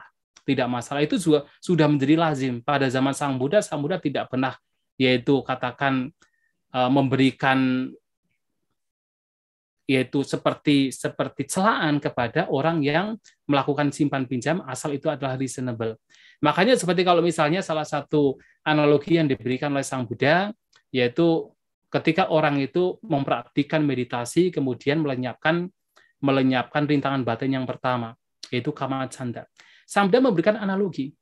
Jadi orang melenyapkan kama canda ini seperti seseorang yang meminjam uang dari orang lain, kemudian dari hasil pinjaman tersebut kemudian digunakan untuk modal berdagang. Nah, dari pinjaman yang ada kemudian digunakan untuk modal berdagang, dia selain bisa mengembalikan pinjaman tadi, dia pun juga bisa mengembangkan dagangnya, bisa memberikan yaitu support kepada keluarga, kepada anak dan istri. Orang demikian menjadi lega. Seperti orang yang melenyapkan kama canda, nafsu keinginan. Nah, artinya di sini Sang Buddha pun juga melihat itu hal yang wajar. Dalam hal ini adalah bahwa simpan pinjam itu hal yang wajar asal itu masih reasonable. Orang yang meminjam uang juga mendapatkan keuntungan karena dia bisa berbisnis, bisa mengembangkan, yaitu dari modal tersebut bisa dikembangkan dalam berdagang, kemudian dia bisa mengembalikan dengan cara dia berdagang. Dan selain dia bisa mengembalikan, dia pun juga bisa mensupport keluarganya, bahkan punya keuntungan. Apalagi kemudian tadi dalam kasus ya Ibu Sukita Dewi juga digunakan untuk berdana ke wihara. Wah, langkah baiknya kalau bisa demikian. Jadi hal demikian tidak masalah, asal tentu tidak sampai misalnya pinjam misalnya pinjam 50 juta, pokoknya kalau besok tidak bisa mengembalikan per harinya itu akan berbunga 1 juta misalnya. Wah, itu bukan memberikan pinjaman, itu menindas orang namanya gitu kan. Itu sudah tidak reasonable itu. Jadi tergantung ya secara etika di masyarakat reasonable-nya bagaimana, asal itu memang baik membantu orang lain, yaitu itu tentu hal yang wajar. Karena mau tidak mau bahwa yang namanya uang kan ada inflasi. Kalau misalnya seseorang misalnya meminjamkan uang, kemudian nanti setelah 1 tahun kemudian dikembalikan dalam yaitu nominal yang sama, kan sebenarnya kan sudah harganya kan sudah berbeda kan, jadi sudah lebih rendah lagi, yaitu artinya tidak punya untung. Ya wajar orang meminjamkan uang, ya ada keuntungan, tetapi selagi itu masih reasonable, ya tidak masalah. Ya begitu ya. Ya. Ya. Di sekitar Dewi jangan tinggi-tinggi ya bunganya ya. Iya betul. Yang penting bisa mencukupi anak dan istri. Suami dan anak maksudnya. Iya. Ya Mbak Tit, selanjutnya ada pertanyaan dari Saudara Kema. Pertanyaannya, Namo Buddhaya Bante. Bante, jika kita menimbun harta kekayaan yang tujuannya hanya untuk kelangsungan hidup semata di duniawi ini, jadi masih sangat duniawi gitu Bante. Pertanyaannya, apakah ini termasuk keserakahan Bante? Terima kasih. Iya. Tentu ketika orang menimbun kekayaan atau mencari kekayaan dengan tujuan untuk melangsungkan hidup, itu ya dalam satu sisi adalah hal yang baik. Karena mau tidak mau, orang hidup, apalagi berumah tangga, harus yaitu mendapatkan kekayaan untuk bisa survive, untuk bisa bertahan. Tetapi di situ tidak ada yaitu kebajikan kalau hanya demikian saja. Ya apalagi kalau kemudian hanya ditimbun, hanya sekedar untuk diri sendiri, yaitu bisa memunculkan keserakahan. Itu bisa muncul dari keserakahan. Nah, oleh sebab itu, Sang Buddha memberikan satu yaitu nasihat kepada terutama perumah tangga.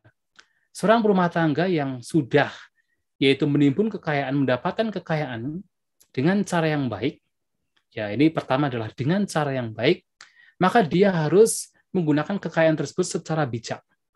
Tentu yang pertama adalah seperti misalnya yang tadi disampaikan oleh Saudara Kema adalah untuk diri sendiri. Ya, untuk mempertahankan, melangsungkan hidupnya diri sendiri. Nah, Sang Buddha mengatakan atanang sugati bineti. memberikan kebahagiaan, kepuasan untuk diri sendiri. Tetapi tidak cukup di situ. Kalau hanya sampai di situ, yaitu itu tidak ada kebajikan di sana. Bahkan itu bisa juga muncul karena apa? Keserakahan, muncul karena kekikiran. Maka selain untuk diri sendiri, maka harus digunakan untuk orang lain pula. Untuk digunakan untuk melakukan kebajikan. Untuk siapa? Yang pertama adalah mata pitunang suketi pineti. Untuk memberikan kebahagiaan, kepuasan bagi orang tua, mata pitu, ibu dan ayah. Itu yang paling pertama. Itu penting karena memang ya siapa yang paling berjasa dalam hidup kita? Tidak lain adalah orang tua kita. Yang paling berjasa adalah orang tua kita. Maka ketika Anda sebagai berumah tangga mendapatkan kekayaan, selain tentu diri sendiri juga menikmati, juga harus digunakan untuk kebahagiaan, kepuasan bagi orang tua yang telah berjasa sekali pada Anda sekalian. Maka bahkan di dalam khotbah lain, Manggala Sutta yang sering kita baca, kan di situ salah satu berkah utama adalah mata pitu upadanang, yaitu menyokong ibu dan ayah. Menyokong orang tua itu adalah berkah. Jadi bukan sekedar kita mendapatkan kekayaan itu adalah berkah. Tidak. Berkah itu adalah ketika orang berbuat kebajikan. Orang hanya punya kekayaan, tidak ada kebajikan, belum tentu orang itu bahagia. Orang punya kekayaan belum tentu bahagia. Tapi kalau orang berbuat kebajikan, pasti dia bahagia. Maka berkah itu adalah di kebajikan itu. Itu apa? Mata pitu upadanang. Menyokong orang tua itu adalah berkah. Etang itu manggala utama, berkah utama. Nah, sehingga apa? Selain untuk diri sendiri, juga untuk orang tua. Nah, kemudian untuk siapa lagi? Untuk yaitu putak dara, untuk anak istri. Siapa lagi? Atit tinang, untuk tamu-tamu. Siapa lagi? Nyat tinang, untuk kerabat. Siapa lagi? Untuk samana brahmana, untuk pertapa dan juga brahmana. Ya, kalau zaman sekarang ya mereka yang hidup memang didukung oleh yaitu berumah tangga, itu juga ya oleh Sang Buddha dianjurkan untuk bisa disokong. Nah, kalau seseorang menggunakan kekayaan demikian, tidak hanya untuk diri sendiri, tapi juga untuk orang lain, maka selain dia menggunakan kekayaan memang dengan benar, dengan baik, dia pun juga sesungguhnya tengah berlatih untuk mengikis sedikit demi sedikit keserakahan, kekikiran. Karena apa? Dia berbagi. Ya, tapi kalau tidak berbagi ya memang sangat memungkinkan seseorang itu sebenarnya punya kekikiran, punya keserakahan. Tetapi kalau dengan berbagi maka dia sedang melatih batinnya agar sedikit demi sedikit terbebas dari keserakahan, dari kekikiran, bahkan terbebas dari apa? Dari kebencian. Mengapa? Karena orang yang berdana, orang yang suka berbagi kan dia pasti punya cinta kasih, punya kasih sayang. Kalau orang punya kasih sayang, punya cinta kasih, maka tidak mungkin dalam batin orang demikian ada kebencian. Ketika cinta kasih muncul, Sang Buddha mengatakan tidak mungkin kebencian juga akan muncul, tidak mungkin. Ketika ada kasih sayang, ketika ada cinta kasih, kebencian pasti lenyap. Nah, kalau orang berbagi dengan cinta kasih, dengan alasan betul-betul untuk membantu orang lain, untuk meringankan penderitaan orang lain, bahkan untuk melenyapkan penderitaan orang lain, maka dia sedang melatih dirinya untuk melenyapkan kebencian. Maka melenyapkan keserakahan dan juga kebencian. Dan juga melenyapkan kebodohan. Karena orang yang berdana dengan kebijaksanaan, mengetahui ini baik, ini buruk, kikir itu buruk, berdana itu baik, itu adalah kebijaksanaan. Artinya orang mengikis moha. Nah, orang yang berdana demikian, orang yang menggunakan kekayaan demikian, tidak hanya untuk diri sendiri, tapi juga untuk orang lain, maka dia sesungguhnya tengah melatih batinnya untuk terbebas dari keserakahan, kebencian, dan juga kebodohan. Tetapi kalau hanya untuk diri sendiri, untuk supaya kita bisa bertahan, untuk supaya kita bisa survive, hanya untuk diri sendiri, ketika kekayaan itu melimpah, maka sebenarnya tanpa disadari itu bisa muncul dari keserakahan. Setidaknya itu muncul dari ketidaktahuan. Karena dia tidak tahu pentingnya kebajikan, maka tidak mau berbagi. Ya, saya kira demikian. Semoga jawaban saya bisa menjadi jawaban yang tepat untuk si penanya. Terima kasih. Ya, terima kasih Bante, sangat tepat, sangat jelas Bante. Dan sekarang ini Bu Leni akan bertanya secara raise hand, Bante berarti akan menyampaikan pertanyaan secara langsung kepada Ibu Leni, kami silahkan. Silakan. Terima kasih Bante atas uraian damanya yang sangat indah dan sangat berharga ya buat kita semua di siang menjelang sore hari ini.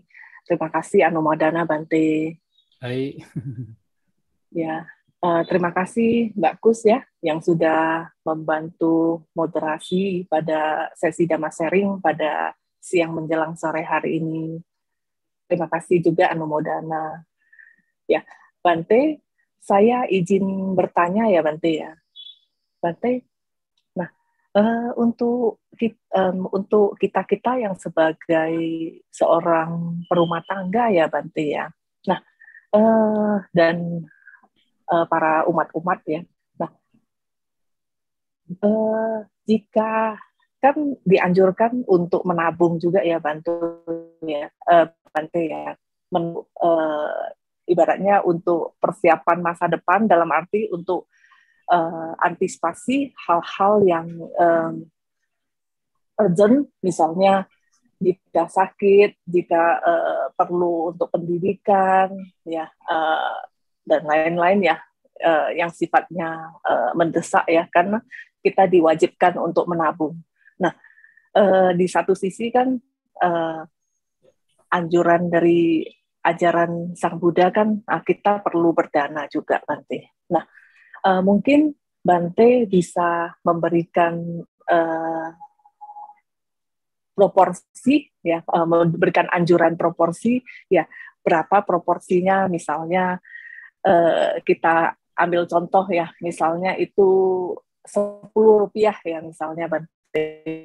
Nah, berapa persen yang harus tabung, porsinya berapa persen yang mesti didanakan, dan berapa persen yang mesti diinvestasikan untuk usaha, dan berapa persen yang digunakan untuk menunjang kehidupan keluarga dan membantu orang tua. Mungkin Bante bisa menjelaskan lebih detail. Terima kasih Bante. Ya, baik. Ya, kalau kita perhatikan di dalam apa yang disampaikan oleh Sang Buddha, ya memang ada satu khutbah yang terdapat di dalam Sigalo Wada Sutta. Di sana Sang Buddha memberikan yaitu proporsi bagaimana seseorang menggunakan harta kekayaan yang telah dimiliki. Di sini harta kekayaan yang bersifat materi. Yang pertama adalah setengah harta kekayaannya itu digunakan untuk apa? Untuk yaitu berbisnis pengembangan modal, pengembangan yaitu bisnisnya, separuhnya. Kemudian seperempatnya itu adalah digunakan untuk diri sendiri. Nah, seperempatnya itu disimpan, siapa tahu nanti ada seperti tadi, hal-hal yang sifatnya urgent, sifatnya mendesak. Mungkin ada musibah, ada sakit, dan sebagainya yang mendesak. Jadi memang di dalam Sigalo Wada Sutta itu dibagi menjadi 3. Separuhnya adalah untuk pengembangan bisnis yang dia katakan bergerak di situ. Kemudian seperempatnya adalah untuk dinikmati. Kemudian yang seperempatnya adalah untuk disimpan. Jaga-jaga kalau ada sesuatu yang mendesak. Nah, tentu yang seperempat yang dinikmati ini tentu tidak hanya dinikmati diri sendiri. Ya, tapi juga dinikmati untuk orang lain. Artinya juga untuk berdana juga. Yang seperempat ini ada digunakan untuk juga kebajikan. Kebajikan untuk, ya termasuk untuk diri sendiri, dan juga adalah untuk orang lain. Yang seperempatnya.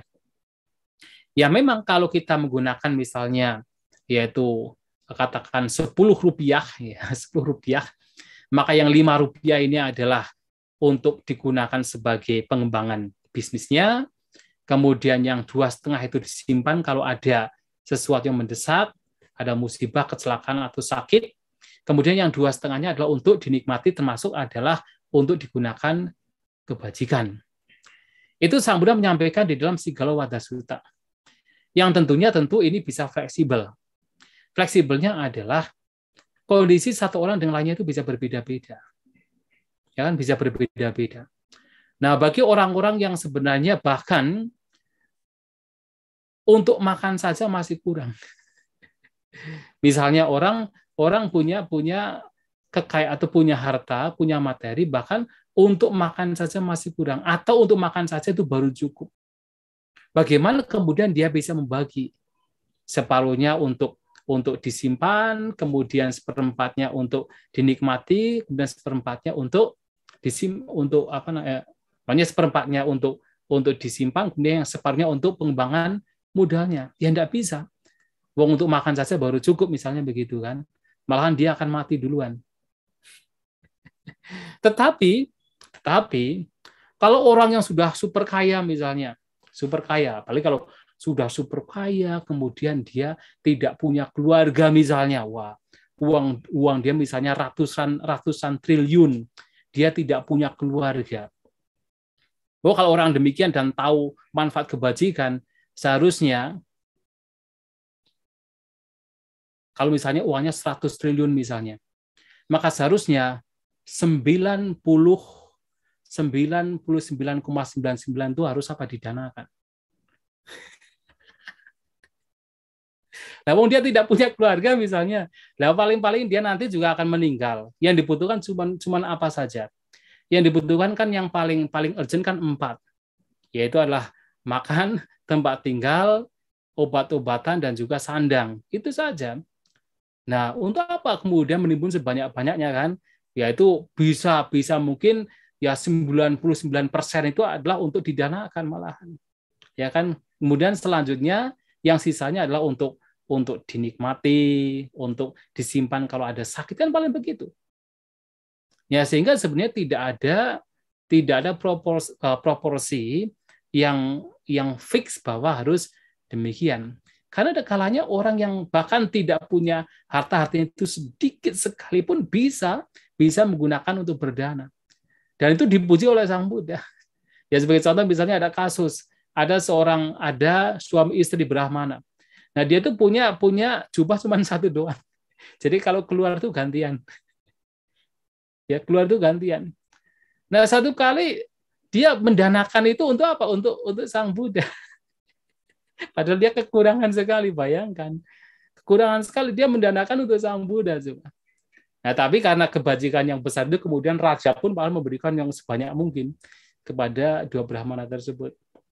Nah, jadi ya tidak ada katakan proporsi yang fix harus sekian. Karena bahkan orang yang telah memahami manfaat dari kebajikan, seperti yang Sang Buddha sampaikan, Sang Buddha mengatakan begini, seandainya orang tahu manfaat kebajikan, manfaat berdana, seperti yang saya ketahui, maka tidak ada satupun orang yang akan makan, walaupun itu hanya segumpal, tinggal sisa segumpal saja, 1 suapan, yang akan makan sebelum dia bisa memberi ke yang lain. Artinya apa? Walaupun itu adalah harta benda yang sangat kecil, dia pasti akan memberi ke orang lain. Karena dia tahu manfaat berdana. Tapi pengetahuannya seperti Sang Buddha. Masalahnya kan kita tidak tahu. Kita tidak tahu manfaat dari berdana karena tidak ada kemampuan seperti Sang Buddha yang bisa melihat kehidupan yang lampau. Ternyata berdana itu memberikan kelahiran yang luar biasa. Nah, karena tidak ada pengalaman demikian, maka ya dengan berdana saja rasanya ya tidak ada tidak mempunyai katakan sangviga, ketergugahan batin. Nah, tetapi Sang Buddha yang melihat manfaat berdana, melihat dari kehidupan yang lampau dan sebagainya, mengatakan bahwa kalau orang tahu manfaat berdana, maka bahkan ketika itu adalah suapan terakhir, dia tidak akan makan sebelum bisa memberi. Pasti akan memberi. Nah, sehingga tentunya kalau orang tahu manfaat berdana, manfaat kebajikan, kalau orang punya uang 100 triliun, maka dia akan mendanakan 99%. Sementara yang 1% itu sudah cukup lah untuk dirinya. Akan begitu pasti. Ya, saya kira demikian ya. Terima kasih Bante, uraian Dhamma yang sangat indah sekali ya, dan sangat menambah wawasan kita di sore hari ini. Ya, terima kasih Bante Anumodana. Ya, Bante, nah jika ingin mengajari anak-anak kecil atau keponakan ya, yang mungkin masih dalam masa pertumbuhan ya, masih SD atau di sekolah PAUD ya Bante. Nah, kita bagaimana memberikan sedikit contoh sederhana buat anak-anak supaya tahu pentingnya menimbun harta kekayaan sejati, bagaimana cara penyampaiannya kepada anak-anak yang masih kecil Bante, ya, masih dalam masa pertumbuhan. Terima kasih Bante. Ya, baik. Tentu kita juga tahu bahwa salah satu yang anak-anak yang masih kecil ini sangat yaitu memperhatikan adalah apa yang dilakukan oleh orang tua. Biasanya anak ini akan suka meniru apa yang dilakukan oleh orang tua. Nah, sehingga di sini untuk bisa memberikan atau mengarahkan anak-anak di dalam hal yang baik, maka yang pertama harus dilakukan adalah orang tua menjadikan contoh. Orang tua harus menjadi teladan. Nah, di dalam kehidupan yaitu berumah tangga, orang tua harus menjadi teladan bahwa yaitu suami dan istri harus apa? Harus hidup rukun, hidup harmonis, tidak misalnya bertengkar satu sama lain. Nah, kalau anak-anak melihat orang tua itu harmonis, tidak bertengkar satu sama lain, itu juga menjadi contoh. Contoh bagi anak itu sendiri. Dia merasa nyaman, merasa damai, melihat orang tua juga yaitu tidak bertengkar, itu juga menjadi contoh. Dan dia pun juga akan meniru apa yang dilakukan oleh orang tua. Kemudian juga kalau melihat orang tua misalnya sering datang ke wihara, kemudian berdana pada wihara kepada para biku memberikan persembahan dana makanan, kemudian anak-anak juga diajak ke wihara. Nah, itu juga menjadi contoh juga. Jadi yang terpenting adalah orang tua itu menjadi teladan. Orang tua menjadi contoh langsung ke dalam yaitu tindakan. Dalam ucapan juga dijaga, dalam perbuatan juga dijaga, maka anak-anak pun juga akan mengikuti. Kalau orang tua sudah menjadi role model bagi anak-anak, maka apapun yang diucapkan oleh orang tua itu akan dipercaya oleh anak-anak. Tapi kalau orang tua sudah tidak bisa dijadikan role model, tidak bisa dijadikan sebagai panutan, maka apapun yang dikatakan oleh orang tua itu tidak akan dipercaya oleh anak-anak. Itu penting. Maka keteladanan inilah yang paling patut untuk dilakukan orang tua terhadap anak-anak, itu yang paling penting. Sehingga nanti yang lain-lainnya akan mengikuti. Ya, saya kira demikian ya. Oke, terima kasih Bante atas wejangan damanya. Mudah-mudahan bisa membawa berkah dan manfaat buat kita semuanya dan masyarakat Indonesia.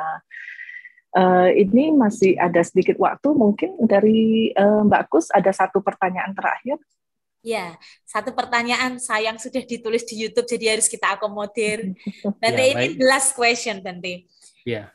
Ini ada pertanyaan, Bante, di masa pandemi ini ada orang yang mengatakan bahwa lebih penting berdana sembako ke orang-orang yang kesulitan.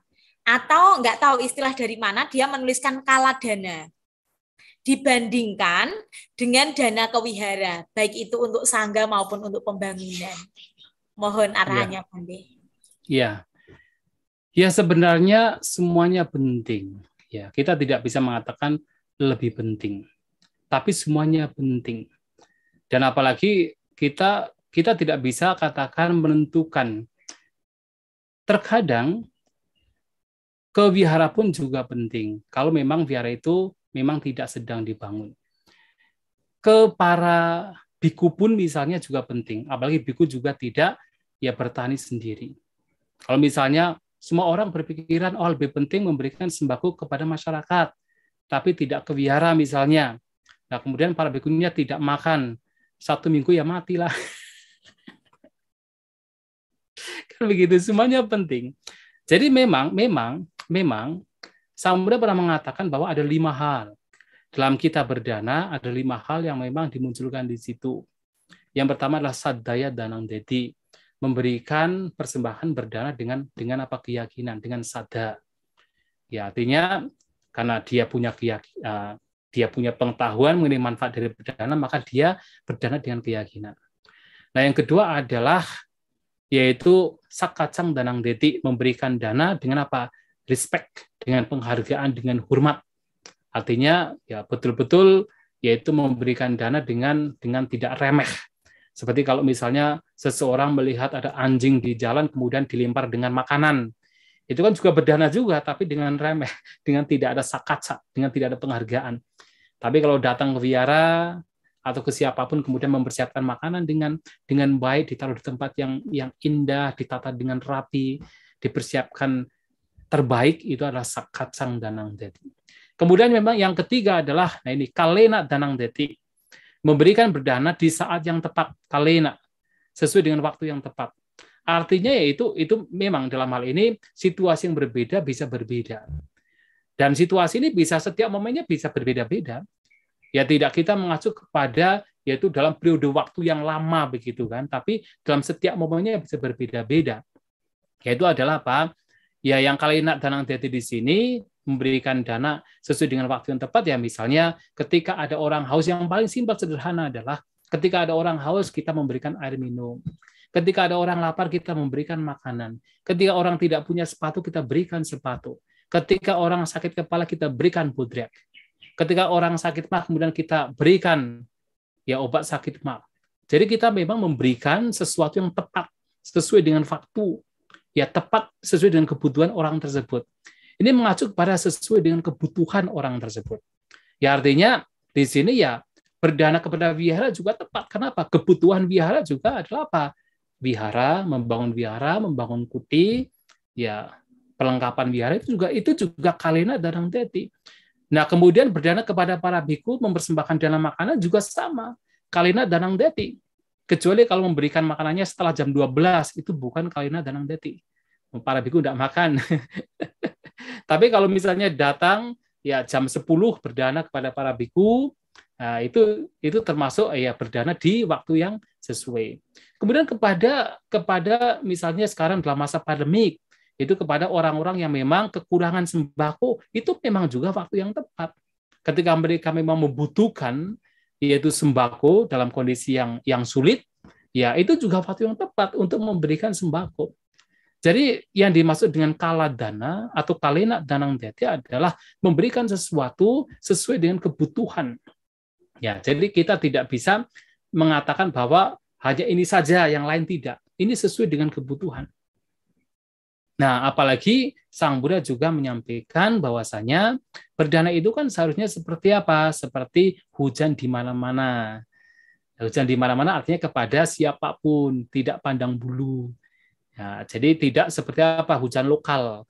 Nah, jadi kalau orang berdana hanya kepada orang-orang tertentu, karena yang datang Bhante Santas itu berdana. Kemudian ketika yang datang Samlera tidak mau berdana, misalnya begitu ya. Nah, itu artinya apa? Hujan lokal.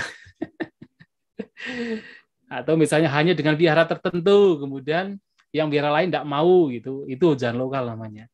Nah, Sang Buddha menyampaikan hujan di mana-mana. Artinya berdana kepada siapapun yang membutuhkan. Ya, ketika berdana kepada yang membutuhkan, tepat itu namanya kaladana atau kalena danang deti. Dan juga berdana apa? Betul-betul untuk meringankan penderitaan orang lain, betul-betul untuk membantu orang lain.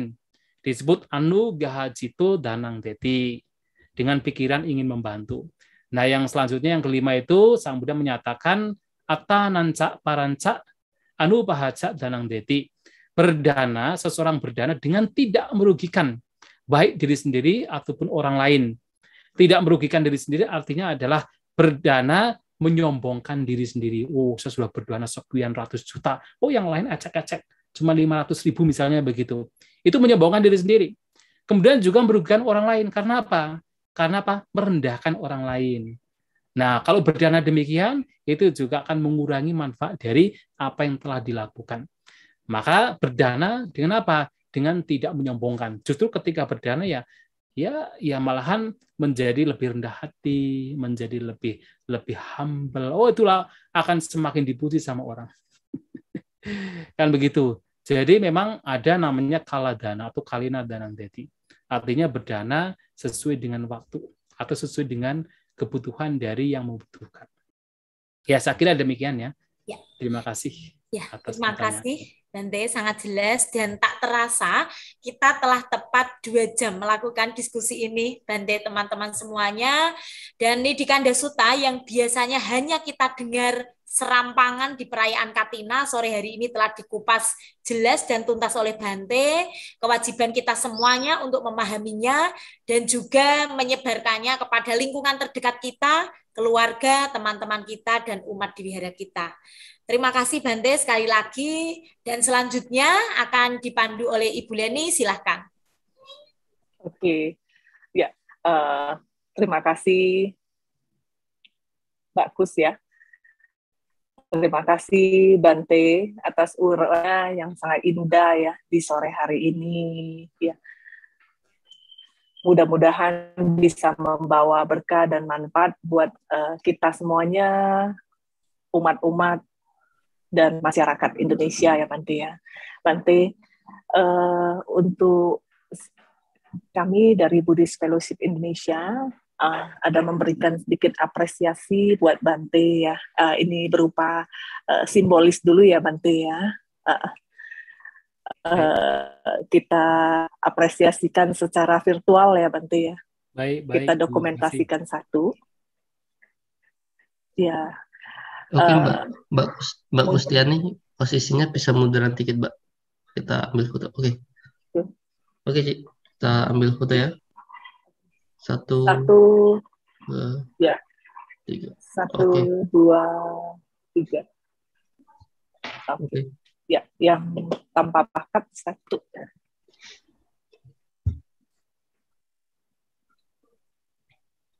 Oke ya. Oke.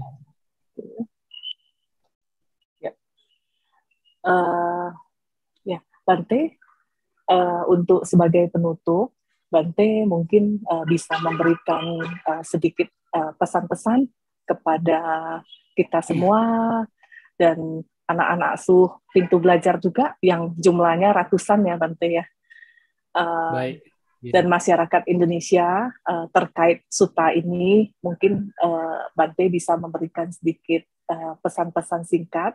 Dan kemudian kita mengundang Bante juga untuk blessing dan pelimpahan jasa kepada para leluhur dan semua makhluk.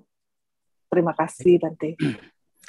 Ya baik, Bapak Ibu, saudara-saudari sekalian, seperti apa yang telah dibahas dari jam 2 hingga sekarang tentang Nidhi Kanda Sutta, sebuah khotbah yang sangat penting untuk kita jadikan sebagai panduan hidup, di mana di dalam khotbah ini Sang Buddha memberikan nasihat kepada kita semua bahwa ada harta yang sangat patut untuk kita kumpulkan, kita kembangkan, kita timbun.